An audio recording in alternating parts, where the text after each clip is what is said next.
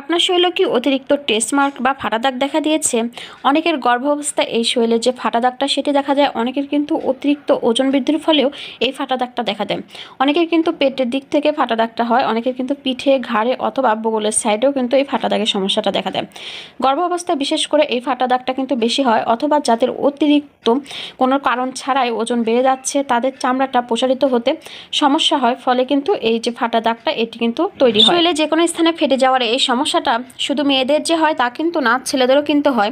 যদিও বা এটি স্বাস্থ্যের জন্য কোনো ক্ষতিকারক না, তবে এই যে ফাটা দাগটা এটি হলে এটা থেকে অনেক সময় চুলকানি হয়, যা কিন্তু খুবই অস্বস্তিকর। এছাড়া অনেকেই মনে করেন এই ফাটা দাগ কিন্তু সৌন্দর্য যে কমিয়ে ফেলে, এটাও এর জন্য কিন্তু অনেকেও হীনমন্যতায়ও ভোগেন। আজকে আমি আপনাদের মাঝে এমন একটা রেমেডি নিয়ে চলে এসেছি, এটি যদি আপনারা বাসায় ব্যবহার করেন তাহলে ঘরোয়া উপায়ে আপনার শরীরের সমস্ত ফাটা দাগের যে চিহ্নগুলো আছে সেটি দূর করতে পারেন। যারা গর্ভাবস্থায় যাদের পেটটা বা তলপেটের যে নিচটাতে পিঠে বা ঘাড়ে ফেটে গিয়েছে, তারা এই রেমেডিটি ব্যবহার করলে তাদের এই সমস্যাগুলো একদম গোড়া থেকে চলে যাবে। আর এর জন্য কিন্তু আপনাদের বাজার থেকে আলাদা করে কিছুই কিনে আনতে হবে না। ঘরোয়া উপায়ে খুব সহজে কিভাবে আপনারা এই ফাটা দাগ থেকে মুক্তি পেতে পারেন সেই ভিডিও কিন্তু আজ আমি আপনাদের মাঝে নিয়ে চলে এসেছি।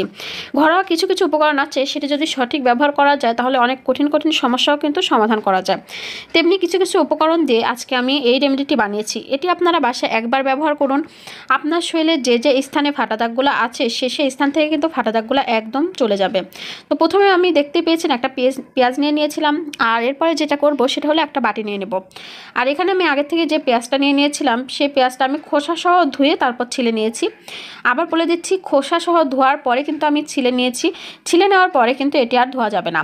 এরপরে যেটা করতে হবে সেটি হলো একটা গ্রেটারের সাহায্যে গ্রেট করে নিতে হবে। এখানে আমি গ্রেটার দিয়ে গ্রেট করে নিয়েছি। আপনারা যদি চান তাহলে কিন্তু হামানদিস্তে পিষে নিতে পারেন, অথবা কিন্তু ব্লেন্ডারে ব্লেন্ড করেও নিতে পারেন। পেঁয়াজ ছাড়া কিন্তু রান্নার কথা ভাবাই যায় না। তবে যে পেঁয়াজ শুধু রান্নার কাজে না, ত্বকের বিভিন্ন রূপচর্চার ক্ষেত্রে কিন্তু পেঁয়াজ খুব ভালো কাজ করে, এটি কিন্তু অনেকেই জানে না। পেঁয়াজের রসে এমন কিছু ভিটামিন রয়েছে যেটি কিন্তু আমাদের ত্বকের জন্য খুবই উপকারী। তাছাড়াও পেঁয়াজ কিন্তু আমাদের চুলের জন্য খুব উপকারী। যাদের চুল পড়ার সমস্যা রয়েছে তারা যদি পেঁয়াজের রস ভালোভাবে চুলে মাখেন তাহলে কিন্তু আপনার চুল পড়ার সমস্যাটা একদম চলে যাবে।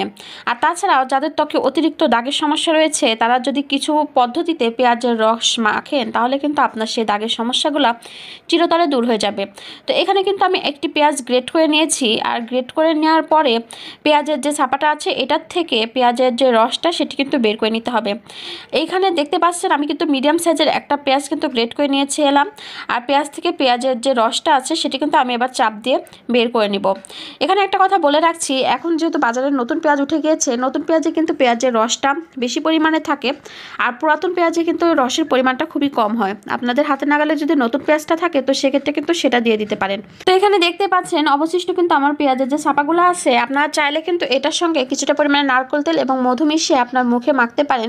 সেক্ষেত্রে কিন্তু আপনার মুখে ব্রণের সমস্যাগুলো একদম চলে যাবে। তো এখানে কিন্তু আমার পেঁয়াজের যে ছাপাগুলো আছে সেটি লাগবে না, পেঁয়াজের যে রসটা আছে সেটি কিন্তু আমি নিয়ে নিব এই রেমেডি তৈরি করতে।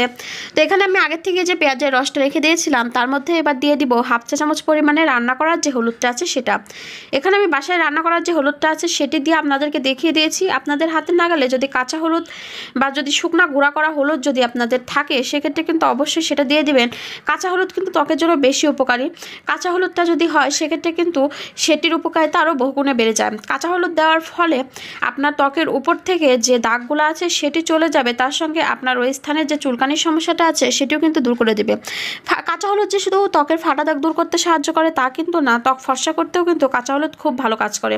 কাঁচা দুধের সঙ্গে যদি কাঁচা হলুদ মিশিয়ে আপনার মুখে লাগান সেক্ষেত্রে কিন্তু আপনার মুখের যে লাবণ্যতা সেটি কিন্তু বহুগুণে বেড়ে যাবে, আপনার মুখটাও কিন্তু অনেক বেশি ফর্সা হবে। দেখতে পাচ্ছেন আমি পেঁয়াজের রসের মধ্যে কিন্তু হলুদের গুঁড়াটা খুব ভালোভাবে মিশিয়ে নিয়েছি। এরপরে এর মধ্যে যে জিনিসটি দেব সেটি হলো সরিষার তেল। সরিষার তেল কিন্তু যে কোনো ফাটা দাগ দূর করতে বা ত্বকের যে আর্দ্রতা সেটি ধরে রাখতে কিন্তু খুব ভালো কাজ করে। তাছাড়াও বাতাসের আর্দ্রতা কমে যাওয়ার ফলে আমাদের ত্বক শুষ্ক হয়ে যায়, আর এই শুষ্কতা থেকে আমাদের পরিত্রাণ দিতে কিন্তু সরিষার তেল খুব ভালো কাজ করবে। অনেক সময় দেখা যায় যে সরিষার তেল লাগানোর ফলে ত্বকের অনেক বেশি উপকার হয়। যে কোনো প্রাকৃতিক পরিষ্কারক হিসেবে কিন্তু কাজ করে এই সরিষার তেল। তো এখানে কিন্তু দেখতে পাচ্ছেন আমি কিন্তু 1 চামচ পরিমাণে এখানে সরিষার তেল নিয়ে নিয়েছি। সরিষার তেলের পরিমাণটা আপনারা চাইলে কিন্তু এখানে একটু বাড়িয়ে বা কমিয়ে কমিয়ে নিতে পারেন। তো সরিষার তেল আমি এই রেমেডিটার মধ্যে দিয়ে ভালো করে কিন্তু নেড়ে চেড়ে মিশিয়ে নেব। এখানে সরিষার তেলটা দেওয়ার পরে আগের থেকে যে আমরা প্যাকটা তৈরি করে রেখেছিলাম সেটার সঙ্গে কিন্তু খুবই ভালো করে মিশিয়ে নিতে হবে। শরীরের এই ফাটা দাগগুলো দূর করার জন্য কিন্তু বাজারে নানান ধরনের ক্রিম বের হয়েছে, সেই ক্রিমগুলো ব্যবহার কিন্তু অনেকেই করেছেন।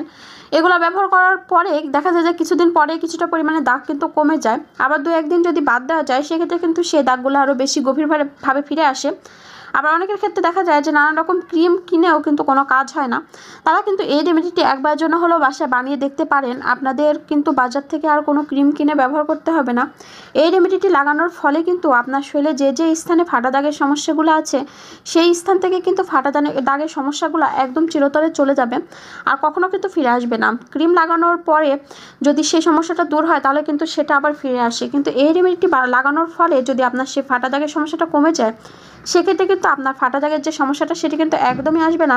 এমনকি আপনার শরীরের যদি স্থানে চুলকানি থাকে সেই চুলকানিটাও কিন্তু চিরতরে দূর হয়ে যাবে। তো এরপরে আমি এই রেমেডিটার মধ্যে যে উপাদানটা মেশাবো সেটি হলো ভ্যাসলিন। ভ্যাসলিন কিন্তু আমাদের ত্বকের যে রুক্ষ ভাবটা সেটি দূর করে আমাদের ত্বকটা অনেক বেশি সফট করে।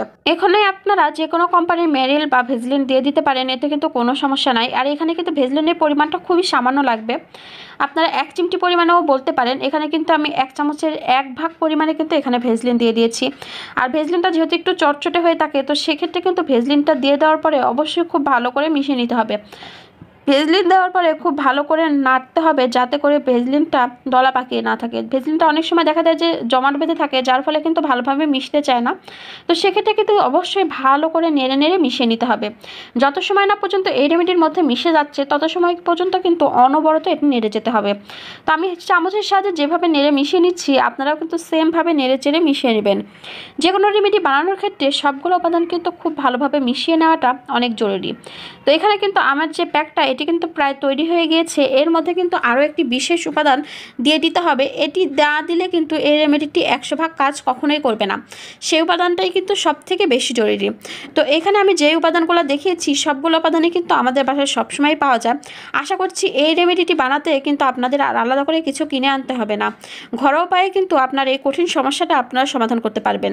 তো এখানে অলরেডি কিন্তু আমি বেশ কয়েকটি উপাদান দিয়ে দিয়েছি। এরপরে এর মধ্যে যে উপাদানটি দিয়ে দিব সেটি হলো বেকিং সোডা।